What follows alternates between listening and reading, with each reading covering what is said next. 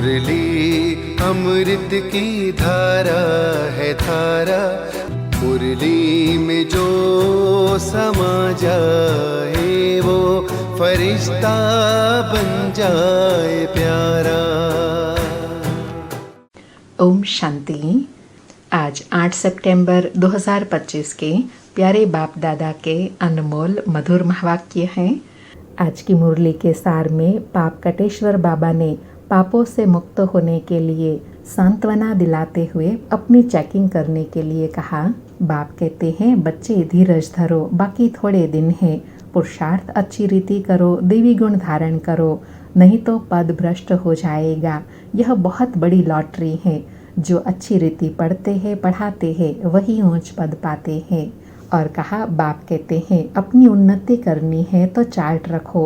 सारे दिन में कोई पाप कर्म तो नहीं किया, नहीं तो 100 गुना पाप बन जाएगा। जमा होता है या ना होता है, आज घाटा हुआ या फायदा हुआ, रोज देखने से उन्नति को पाते रहेंगे। बाबा कहे, निश्चय और दृढ़ता के लिए कहते हैं ना। बाबा आप जो खिलाएंगे, जहाँ बिठाएंगे, जो डायरेक्शन देंगे वह करेंगे। बाबा हम आपकी श्रीमत पर सदा चलते रहेंगे। तो बाकी और आशाएं छोड़ देनी है, नहीं तो पाप बनता जाएगा।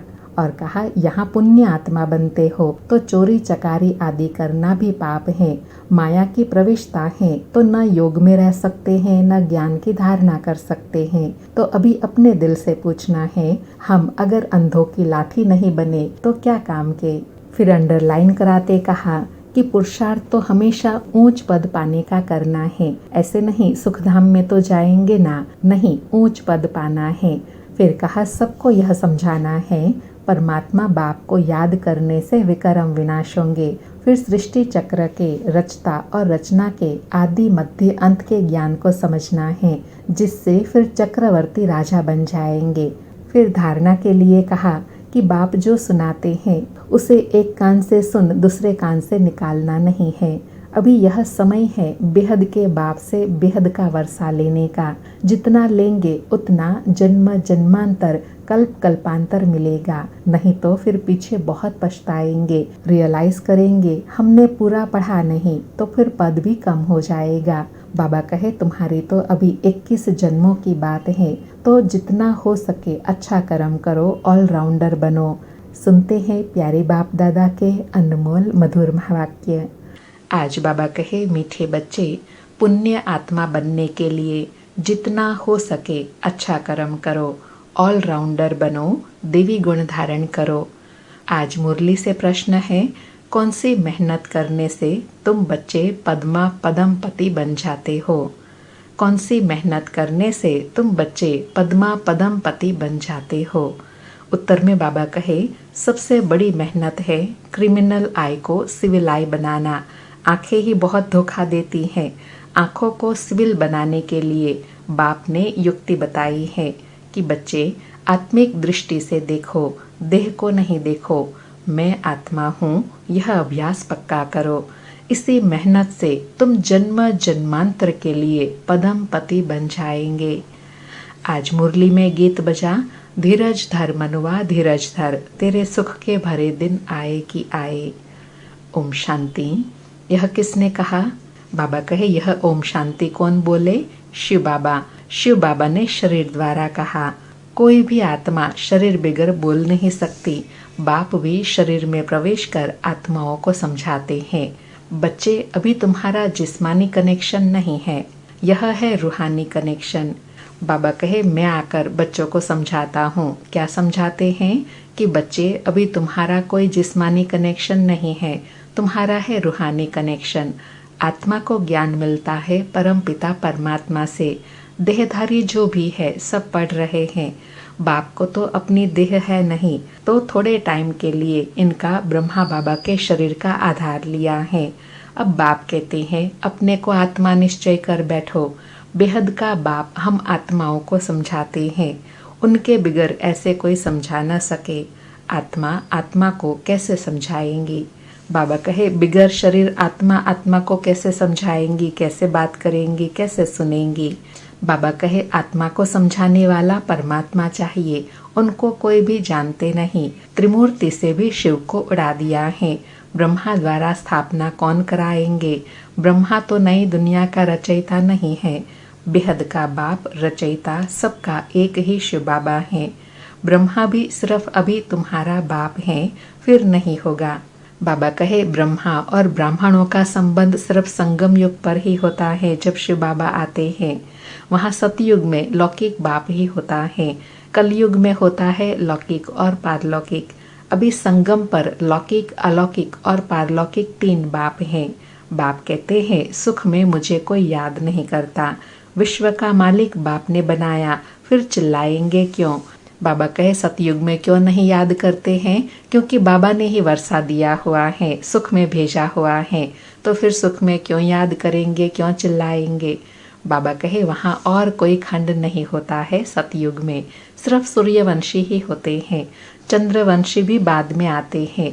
अब बाप कहते हैं बच्चे धीरज धरो, बाकी थोड़े दिन हैं। पुरुषार्थ अच्छी रीति करो। देवी गुण धारण नहीं करेंगे तो पद भी भ्रष्ट हो जाएगा। यह बहुत बड़ी लॉटरी है। बैरिस्टर, सर्जन आदि बनना भी लॉटरी है ना। अर्थात बाबा कहे ऊंची पढ़ाई पढ़ लेते हैं तो ये भी लॉटरी से कम नहीं हुआ ना। बाबा कहे बहुत पैसे कमाते हैं, बहुत ऊपर हुक्म चलता है। जो अच्छी रीति पढ़ते पढ़ाते हैं वह ऊंच पद पाएंगे। बाप को याद करने से विकर्म विनाश होंगे। बाप को भी घड़ी घड़ी भूल जाते हैं। माया याद भुला देती है, ज्ञान नहीं भुलाती। बाबा कहे याद भूल जाती है, ज्ञान नहीं भूलता। ज्ञान तो बुद्धि में रहता है और याद भूल जाती है। बाबा कहते भी हैं अपनी उन्नति करनी है तो चार्ट रखो। सारे दिन में कोई पाप कर्म तो नहीं किया, नहीं तो 100 गुना पाप बन जाएगा। यज्ञ की संभाल करने वाले बैठे हैं, उनकी राय से करो। कहते भी हैं जो खिलाओ जहाँ बिठाओ, तो बाकी और आशाएं छोड़ देनी चाहिए। अर्थात बाबा कहे विकर्म कब बनता है? जब कोई इच्छाएं चाहनाएं बढ़ जाती हैं तो विकर्म और पाप कर्म होते हैं। बाबा कहे यहाँ तो कोई ऐसा कर्म करना नहीं है। जो निमित्त आत्माएं हैं वह यज्ञ संभालने के लिए बैठे हुए हैं। बाबा खिलाने वाले हैं, इसलिए निश्चय के बोल बोलते भी है ना। बाबा आप जो खिलाओ जहाँ बिठाओ। बाबा कहे तो बाकी और आशाएं छोड़ देनी है, नहीं तो पाप बनता जाएगा। आत्मा पवित्र कैसे बनेंगी? यज्ञ में कोई भी पाप का काम नहीं करना है। यहाँ तुम पुण्य आत्मा बनते हो। चोरी चकारी आदि करना पाप है ना, माया की प्रवेशता है। न योग में रह सकते, न ज्ञान की धारणा करते। बाबा कहे विकर्म होने से क्या होता है? न बाबा की याद रहेंगी, न ज्ञान की धारणा होंगी। बाबा कहे अपने दिल से पूछना चाहिए, हम अगर अंधों की लाठी न बने तो क्या ठहरे? अंधे ही कहेंगे ना। इस समय के लिए ही गाया हुआ है धृतराष्ट्र के बच्चे, वह रावण राज्य में है, तुम हो संगम पर। राम राज्य में फिर सुख पाने वाले हो। परम पिता परमात्मा कैसे सुख देते हैं किसी की बुद्धि में नहीं आता। कितना भी अच्छी रीति समझाओ फिर भी बुद्धि में नहीं बैठता। अपने को जब आत्मा समझे तब परमात्मा का ज्ञान भी समझे। बाबा कहे सारा मूल आधार क्या है? आत्मा समझने से याद भी रहेंगी, आत्मा समझने से ज्ञान धारण भी हो सकेगा। बाबा कहे आत्मा ही जैसा पुरुषार्थ करती है ऐसा बनती है। गायन भी है अंतकाल जो स्त्री सिमरे। बाप कहते हैं जो मुझे याद करेंगे तो मेरे को पाएंगे। अंडरलाइन। बाबा कहे जो अंतकाल में मुझ एक बाप को याद करेंगे वही मेरे को पाएंगे, नहीं तो बहुत बहुत सजाएं खाकर आएंगे। सतयुग में भी नहीं, त्रेता में भी पिछाड़ी में आएंगे। सतयुग त्रेता को कहा जाता है ब्रह्मा का दिन। एक ब्रह्मा तो नहीं होगा, ब्रह्मा के तो बहुत बच्चे हैं ना। ब्राह्मणों का दिन, फिर ब्राह्मणों की रात होंगी। अभी बाप आए हैं रात को दिन बनाने। ब्राह्मण ही दिन में जाने के लिए तैयारी करते हैं। बाप कितना समझाते हैं, देवी धर्म की स्थापना तो जरूर होनी ही है। कलयुग का विनाश भी जरूर होना है। जिनको कुछ भी अंदर में संशय होगा तो वह भाग जाएंगे। पहले निश्चय फिर संशय हो जाता है। बाबा कहे ऐसे निश्चय और संशय होता है, लेकिन अंत में विजय किसकी होंगी? जो निश्चय बुद्धि होंगे। बाबा कहते यहाँ से मरकर फिर पुरानी दुनिया में जाकर जन्म लेते हैं। विनश्यन्ति हो जाते हैं। बाप की श्रीमत पर चलना पड़े ना। पॉइंट्स तो बहुत अच्छी अच्छी बच्चों को देते हैं। पहले पहले तो समझाओ तुम आत्मा हो, देह नहीं, नहीं तो लॉटरी सारी गुम हो जाएंगी। बाबा कहे देह अभिमान में आएंगे तो लॉटरी अर्थात वर्षा व प्राप्ति सारी गुम हो जाएंगी। बाबा कहे भल वहाँ सतयुग में राजा अथवा प्रजा सब सुखी रहते हैं, फिर भी पुरुषार्थ तो ऊंच पद पाने का करना है ना।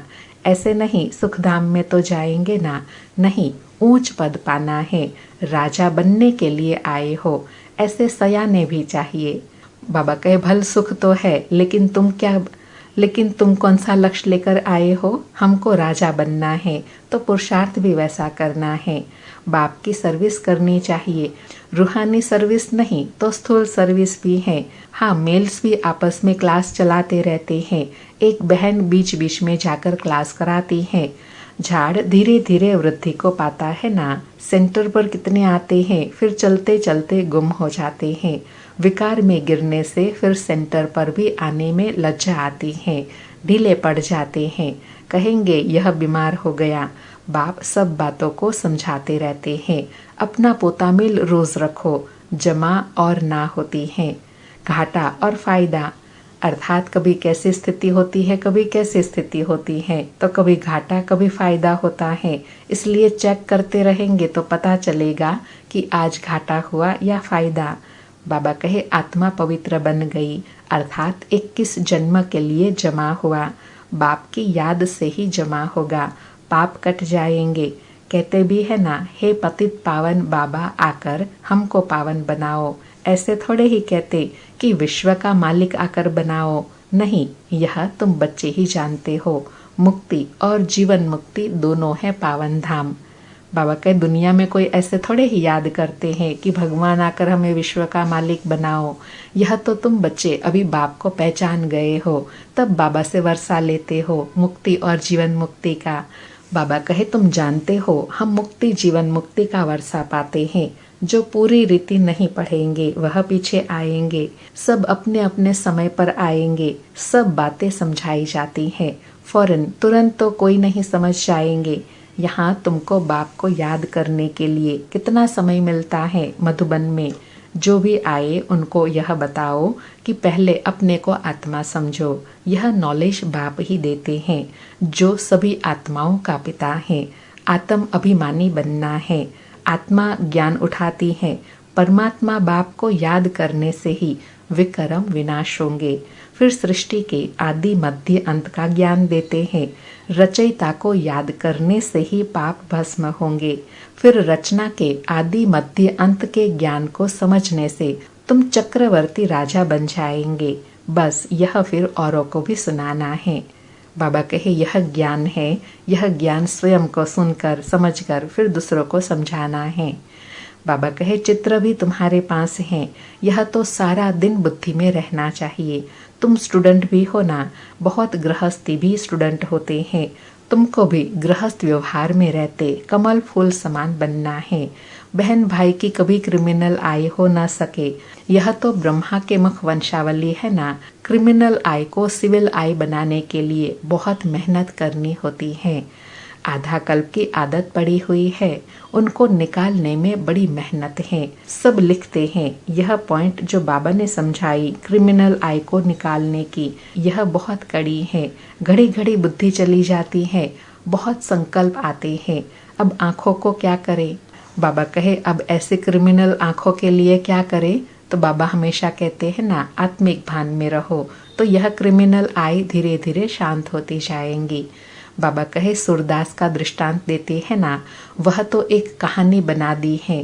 देखा आंखें हमको धोखा देती हैं, तो आंखें निकाल दी।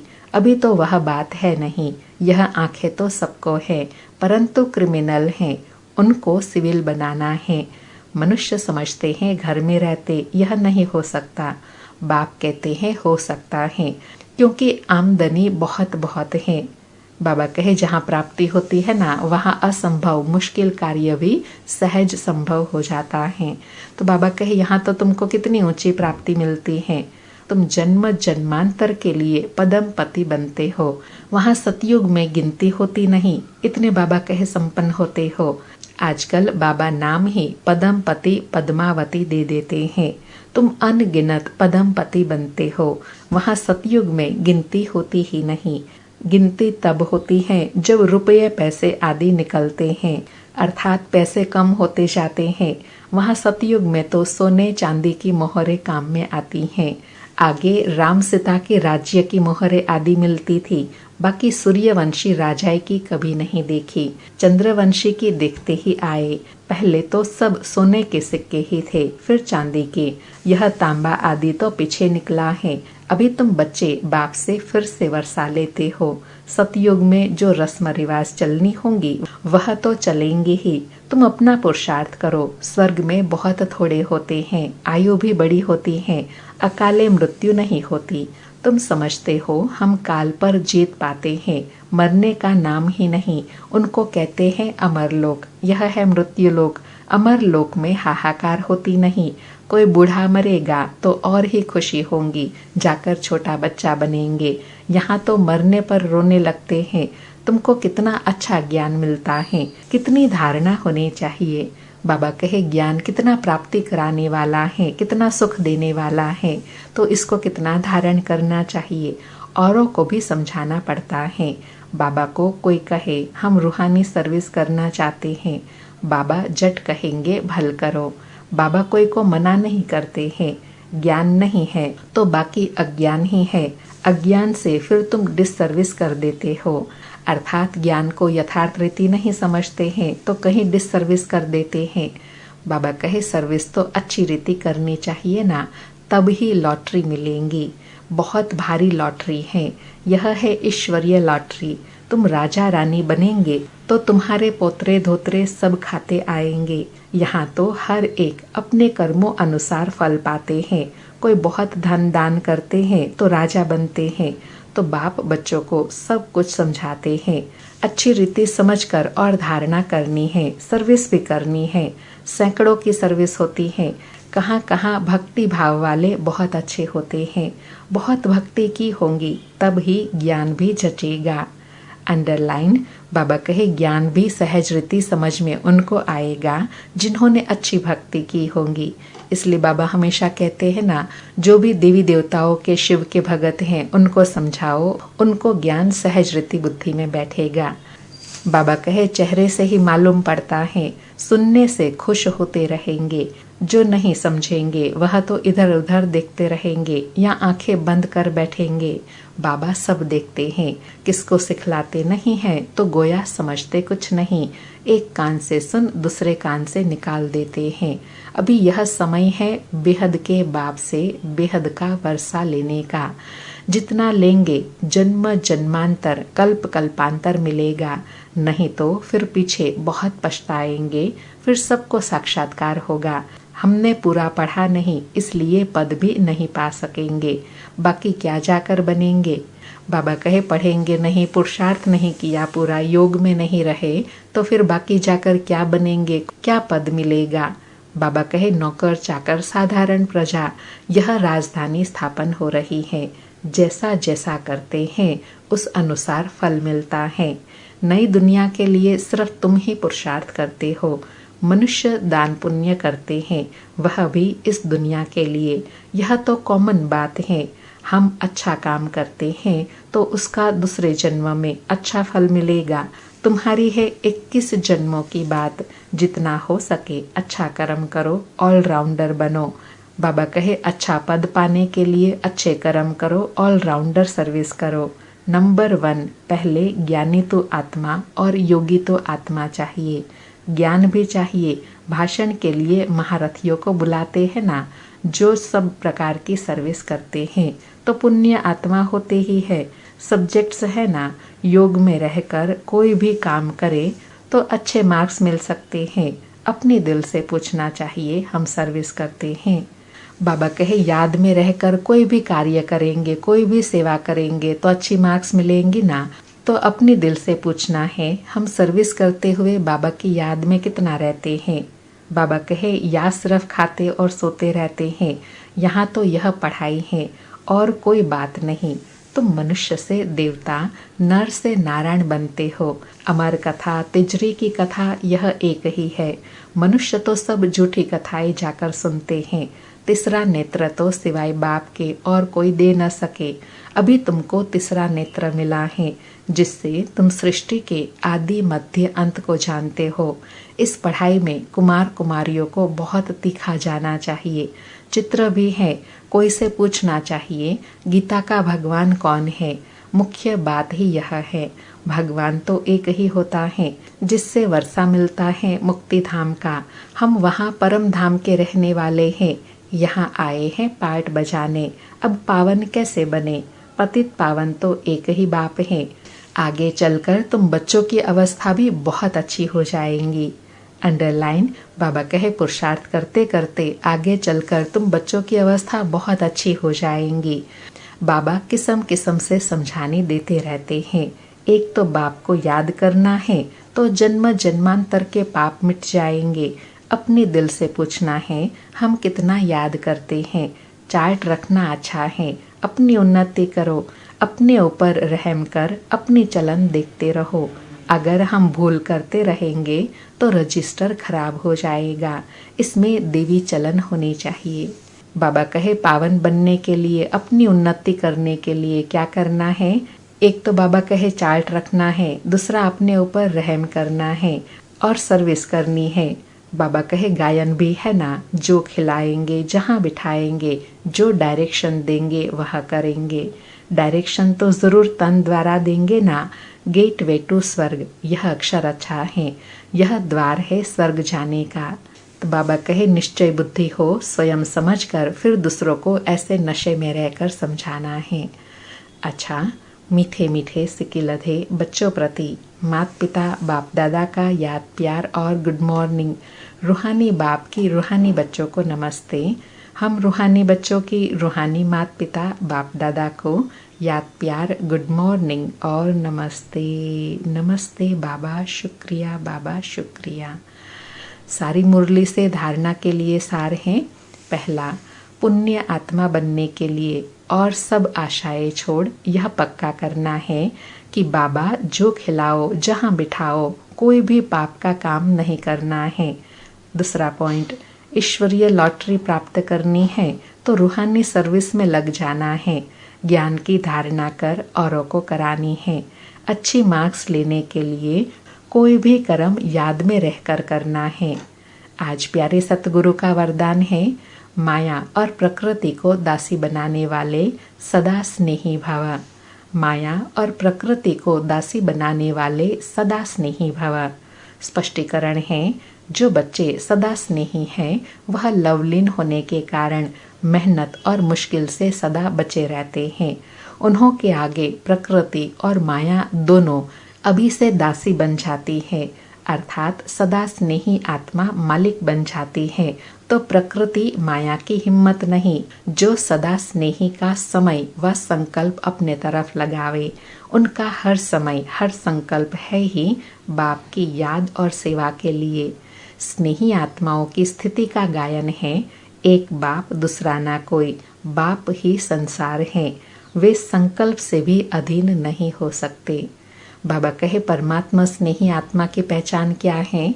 उनके लिए एक बाबा दूसरा ना कोई, एक बाप ही संसार है। ऐसी स्थिति वाली आत्मा को कभी कोई प्रकृति माया अधीन नहीं कर सकती। आज का स्लोगन है, नॉलेजफुल बनो तो समस्याएं भी मनोरंजन का खेल अनुभव होंगी। नॉलेजफुल बनो तो समस्याएं भी मनोरंजन का खेल अनुभव होंगी। आज के अव्यक्त इशारे हैं, अब लगन की अग्नि को प्रज्वलित कर योग को ज्वाला रूप बनाओ। बाबा कहे इस कलयुगी तमोप्रधान जड़ जड़ी भूत पुराने वृक्ष को भस्म करने के लिए संगठित रूप में फुल फोर्स से योग ज्वाला प्रज्वलित करो। लेकिन ऐसी ज्वाला स्वरूप की याद तब रहेंगी जब याद का लिंक सदा जुटा रहेगा। अगर बार बार लिंक टूटता है तो उससे जोड़ने में समय भी लगता है, मेहनत भी लगती और शक्तिशाली के बजाय कमजोर होते जाते हैं। बाबा कहे पुरानी तमो प्रधान सृष्टि को परिवर्तन करने के लिए पावरफुल ज्वाला स्वरूप की योग अग्नि चाहिए और वह तब होंगी जब मन बुद्धि का लिंक एक बाबा से जुटा हुआ होगा, अटूट जुटा हुआ रहेगा, तब आत्मा शक्तिशाली बनेंगी। अच्छा, ओम शांति। शुक्रिया बाबा, शुक्रिया।